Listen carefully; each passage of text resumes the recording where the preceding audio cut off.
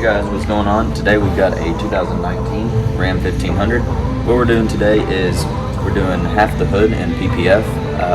We're actually doing the full front bumpers, the full headlight by 3D.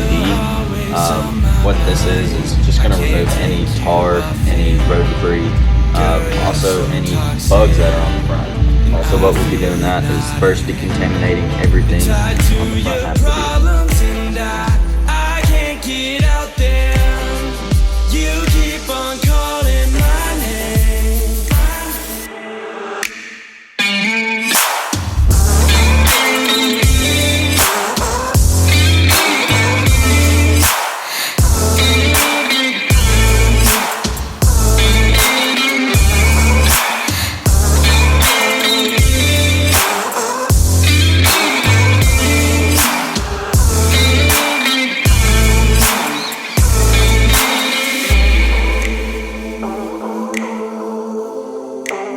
Also, we're doing the A-pillars on both the top of the windshields next to the doors.